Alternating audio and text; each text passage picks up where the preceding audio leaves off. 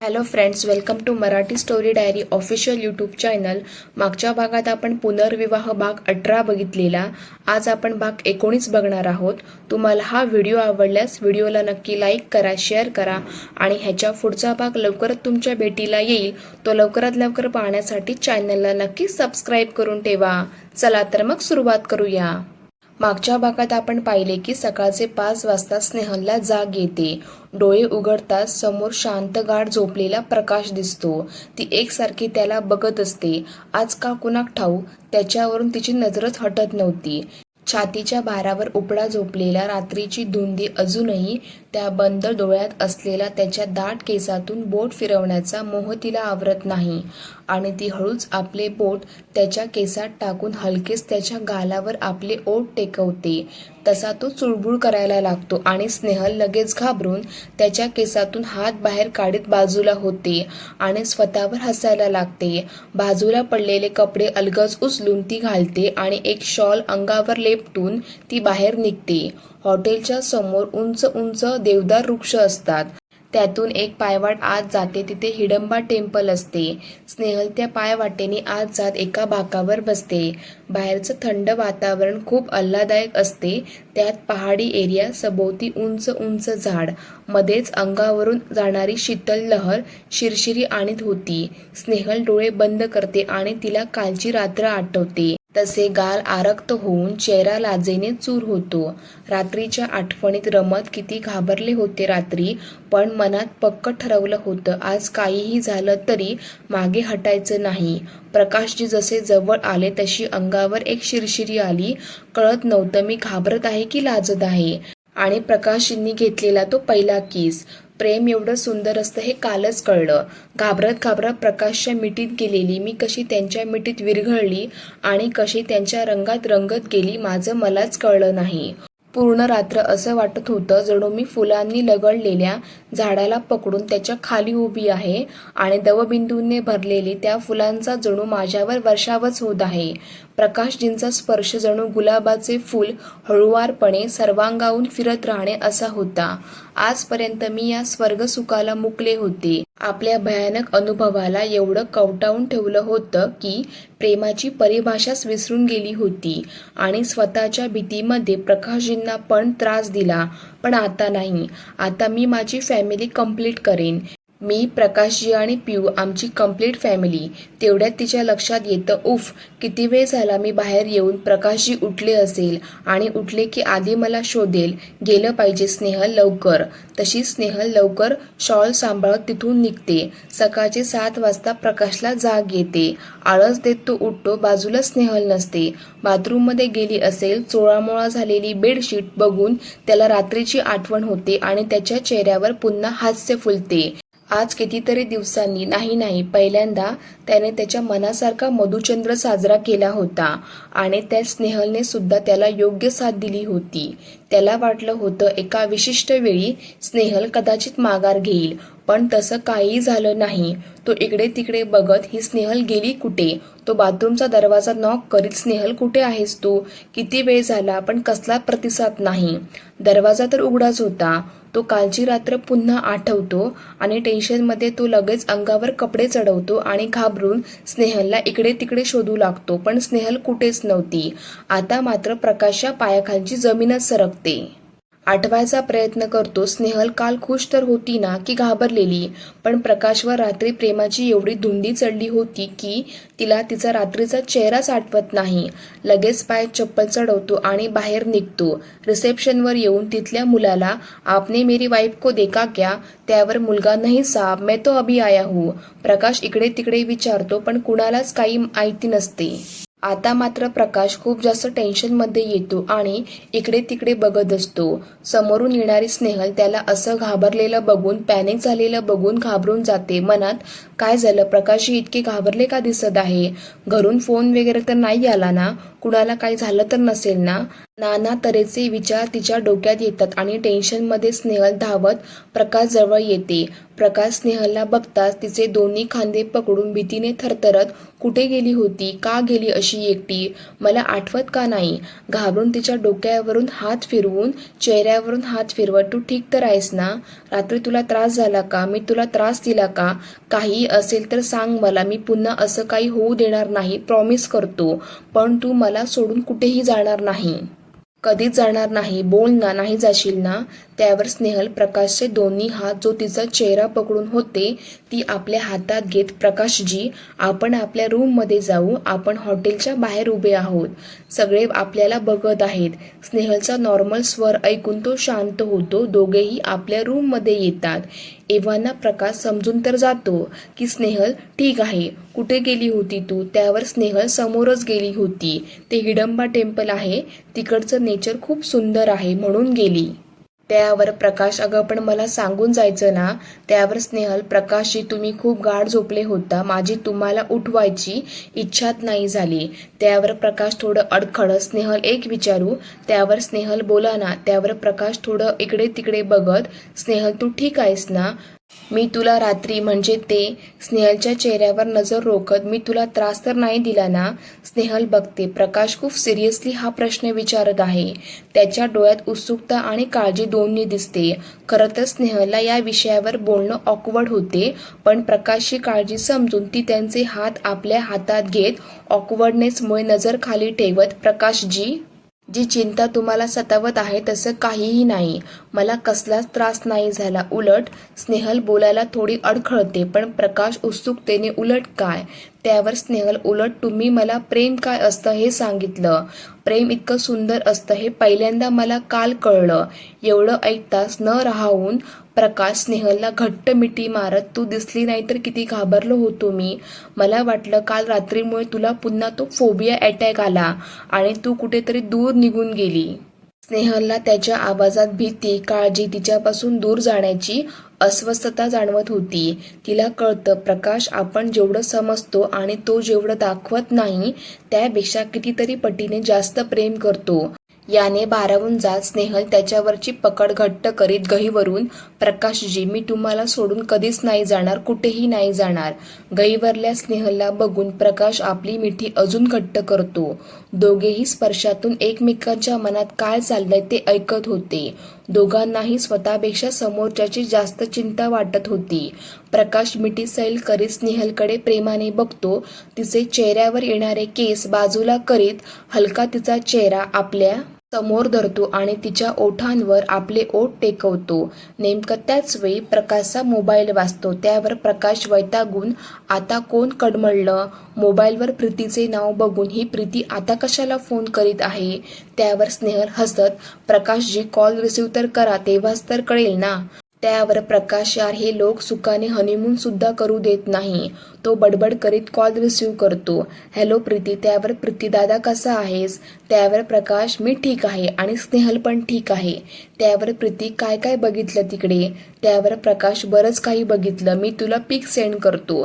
त्यावर प्रीती, बाकी सगळं ठीक आहे ना. त्यावर प्रकाश, हो. बरं काही काम होतं का तुला. त्यावर प्रीती, नाही खास असं काही नाही, वहिनी आहे का, तिच्याशी बोलायचं होतं थोडं. त्यावर प्रकाश, हो देतो. आणि प्रकाश स्नेहलकडे फोन देत तिला इशाऱ्याने लवकर फोन ठेवशील असं सांगतो. स्नेहल फोन घेत, हा ताई बोला. त्यावर प्रीती, वहिनी काय झालं तुझ्या प्लॅनचं. समोर प्रकाश असल्याने स्नेहलची आफत होते. तिला मन मोकळं बोलता येत नाही आणि प्रकाश तिच्या कॉल संपायची वाट बघत असल्यामुळे तिला दुसरीकडे जाताही येत नाही. इकडे स्नेहल, ते होय, ते ठीक आहेत ना. त्यावर प्रीती, अगं मी तुला काल रात्रीच्या प्लॅनबद्दल विचारत आहे. त्यावर स्नेहल मध्ये फसल्यामुळे नीट उत्तर देणं टाळत होती. तिला प्रकाशला कळू द्यायचं नव्हतं की तिचं आणि प्रीतीचं या विषयावर असं काही बोलणं झालं होतं की काही प्लॅन झाला होता, म्हणून ती प्रीतीला उत्तर न देता काहीतरी बोलून टाळत होती की प्रीतीने लवकर फोन ठेवावा. त्यावर स्नेहल, हा काल आम्ही बर्फात खेळलो ना, खूप खेळलो. त्यावर प्रीती मनात, ही अशी का बोलत आहे. वहिनी, अगं मी काय विचारत आहे आणि तू काय बोलत आहेस. मी तुला बर्फात खेळली का नाही विचारलं, रात्री खेळली का ते विचारत आहे. स्नेहलला लाजत आता काय उत्तर द्यावं कळत नाही. हो म्हटलं तर ती पुन्हा काय प्रश्न विचारेल सांगता येत नाही. हो, काल आम्ही खूप शॉपिंग केली, तुमच्यासाठी पण केली. त्यावर प्रीती वैतागून अगं ज्यासाठी मनालीला गेले ते काम केलं का? त्यावर स्नेहल हो, इकडचं वातावरण खूपच छान आहे, पहाडी एरिया आहे ना? त्यावर प्रीती वहिनी खरं खरं सांग काय झालं? काही झालं की झालंच नाही? त्यावर स्नेहल झालं ना? ते ऐकून प्रीतीला आनंद होतो. तर लगेच स्नेहल इकडे स्नोफॉल झाला, अचानक झाला ना, त्यामुळे आम्हाला बर्फ बघायला मिळाला, नाहीतर या सीझनमध्ये इकडे बर्फ नसतोच. आता मात्र प्रीती कपाळावर हात मारते तर इकडे प्रकाश तिला फोन लवकर ठेव म्हणून सारखा सारखा म्हणत असतो. त्यावर स्नेहल ताई यांच्या मोबाईलवर दुसरा कॉल येत आहे, आपण आल्यावर बोलू. कॉल बंद होताच प्रकाश स्नेहलला जवळ ओढत किती बोलता ग तुम्ही, हे सगळं घरी गेल्यानंतरही सांगू शकतेस ना? त्यावर स्नेहल ते ठीक आहे, पण आपल्याला रेडी व्हावं लागेल, ब्रेकफास्ट करायचं आहे, नंतर फिरायला जायचं आहे. त्यावर प्रकाश लाडात येऊन आज नाही गेलं फिरायला तर नाही चालणार का? आपण रूममध्येच थांबू ना? तसंही आपण हनीमून करायला आलोय ना इथे, पुन्हा येऊ कधी? त्यावर स्नेहल त्याच्या कुशीतून उठत एवढ्या दूर पुन्हा येणं होणार का? चला रेडी व्हा, ड्रायव्हरचा फोन येईल. तसा प्रकाश बेडवरची पिलो स्नेहलला फेकून मारीत चाललो फिरायला. इकडे प्रीती चिडून कपड्याच्या घड्या करता करता ह्या वहिनीला काय झालं, एकाही प्रश्नाचं नीट उत्तर दिलं नाही. मी विचारलं काय आणि ती बोलत काय होती? नक्की रात्री यांचं काहीच नसेल झालं, तेव्हा तर ती मला बरोबर उत्तर देत नव्हती. मे बी मला टाळत होती, पण मी किती समजावलं वहिनीला, आता अजून काय करणार? अशाने यांचा दुरावा कधीच कमी होणार नाही. प्रीतीला स्वतःशी अशी बडबड करताना बघून गणेश काय झालं राणेसाहेब, एवढ्या सकाळी सकाळी कुणावर चिडले आहात? त्यावर प्रीती रागाने वहिनीवर. त्यावर गणेश का तिने काय केलं? त्यावर प्रीती एवढं समजवूनही काहीच केलं नाही म्हणून चिडले आहे. त्यावर गणेश तू पण ना प्रीती, अगं कुणाच्या पर्सनल मॅटरमध्ये अति इंटरफेअर करू नये, ही त्यांची लाईफ आहे, त्यांना जगू दे, दोघेही समजदार आहेत, ते आपल्या नात्याला कसं पुढं न्यायचं ते ठरवतील. दोघांनाही हे माहिती आहे ना की दोघांनाही एकमेकांची गरज आहे, मग झालं तर. त्यावर प्रीती तसं नाही रे, मला इंटरफेअर करायला आवडत नाही, पण जसं काल सकाळी वहिनी माझ्याशी हक्कानी बोलल्या, त्या घाबरल्या, हे त्यांनी कबूल केलं, तसं मी त्यांना समजावलं आणि त्या समजल्याही.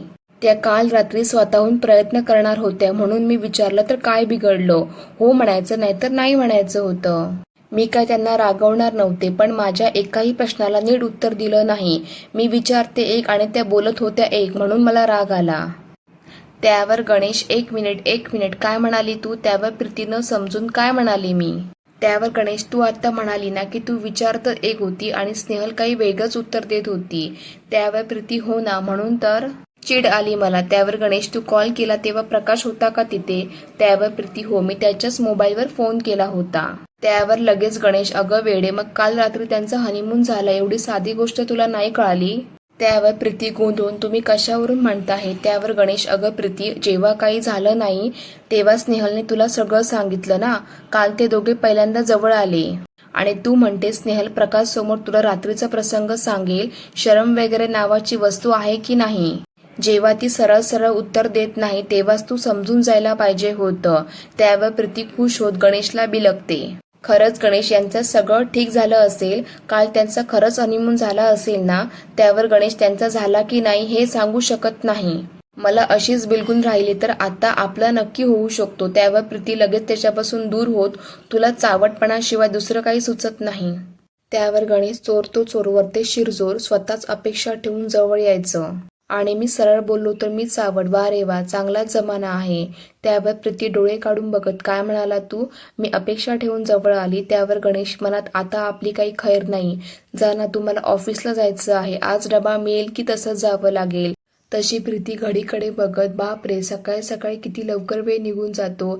इकडे प्रकाश आणि स्नेहल आज चेकआउट करायचं होतं म्हणून स्नेहल सगळ्या वस्तू नीट बॅगमध्ये पॅक करत होती आणि प्रकाश स्नेहल लवकर कर, ड्रायव्हर 9 वाजता येणार आहे, अजून पॅकिंगच झाली नाही. त्यावर स्नेहल वैतागून प्रकाशजी सगळं सामान बॅगमध्ये येतच नाही आहे, काय करू? त्यावर प्रकाश जवळ ये, तू थांब, मी पॅक करतो, असं म्हणत तो सगळ्या 3ही बॅगा खाली करत सामान सेट करून कुठलं सामान कुठल्या बॅगेमध्ये येईल ते बघतो आणि नीट सगळं पॅक करतो. त्यावर स्नेहल अरे वा, तुम्हाला कसं जमलं हे? त्यावर प्रकाश डोकं पाहिजे मग सगळं जमतं. त्यावर स्नेहल आधी फक्त हसते आणि नंतर तिच्या लक्षात येतं की प्रकाशने आपल्याला डोकं नाही असं म्हटलं. नेमकं त्याच वेळी प्रकाशला पण कळतं की स्नेहलला आपला टोला कळला. तसा तो धावत जाऊन बाथरूममध्ये घुसतो. पण शॉवर घेतल्यानंतर त्याला कळतं की आपण टॉवेल आणायला विसरलो. त्यावर प्रकाश आतून आवाज देत, स्नेहल प्लीज टॉवेल दे ना. स्नेहल बेडवर बसून त्या टॉवेलला हाताने घुमवत एटीत बाहेर या आणि घेऊन जा. त्यावर प्रकाश विनवणी करीत, अगं असं काय करतेस, मी ओला झालो आहे, दे ना टॉवेल, माझ्या अंगावर कपडेही नाही, कसा बाहेर येऊ. त्यावर स्नेहल आकडीने, मला तर डोकं नाही ना, मग मला कसं कळेल तुम्ही ओले आहात की सुके, बाहेर या आणि घेऊन जा. प्रकाशला कळतं स्नेहलला राग आला, आता ती काही केले ऐकणार नाही. तर तोही बेफिकरपणे, ठीक आहे आता तू तसाच ये म्हणते तर येतो, पण बाहेर आल्यावर तुझं काय होईल याचा विचार करून ठेव. मला काही फरक पडणार नाही. सकाळचे 9 वाजता निघण्याऐवजी रात्रीचे 9 वाजता निघणार. त्यावर स्नेहल, हे खरंच तसे बाहेर येतील का? येऊ पण शकते, इथे माझ्याशिवाय आहेच कोण. तेवढ्या दरवाजाची कडी उघडण्याचा आवाज येतो. तशी घाबरून स्नेहल धावत जाते आणि एक हात डोळ्यावर ठेवून दुसऱ्या हाताने टॉवेल समोर करीत, हे घ्या टॉवेल आणि लवकर रेडी व्हा. प्रकाश हसत तो टॉवेल घेतो. दोघेही रेडी होऊन कारमध्ये बसतात आणि कार पुन्हा परतीच्या प्रवासाला निघते. मनाली टू दिल्ली. स्नेहल मनात विचार करीत, येताना डोक्यात किती प्रश्न भीती होती, पण जाताना या आकाशासारखं सगळं निरभ्र झालंय. फक्त एकदा मागचं सगळं विसरून प्रकाशजींना नव्याने बघायचा एक चान्स घ्यायचा होता आणि तेच करायला मी किती वेळ घेतला. माझ्यासाठी काय काय नाही केलं, डॉक्टरकडे काय गेले, माझ्यासाठी त्यांनी खूप एफर्ट्स घेतले, पण मला खुशी आहे की मी त्यांची फॅमिली पूर्ण करू शकले, त्यांच्या आयुष्यातला एकटेपणा दूर करू शकले. आता माझी नवीन वाटचाल सुरू होईल इकडून. आता मी माझं आयुष्य नव्याने सुरू करेन. अगदी मागचं सगळं स्मृतीपटलावरून पुसून काढून. आणि ती मनात खुश होत बाजूच्या प्रकाशच्या हातात हात टाकून त्याच्या खांद्यावर डोकं टेकवते. चला फ्रेंड्स, आजच्या पुरतं एवढंच. व्हिडिओ आवडल्यास व्हिडिओला लाईक करा आणि चॅनलला नक्की सबस्क्राईब करा.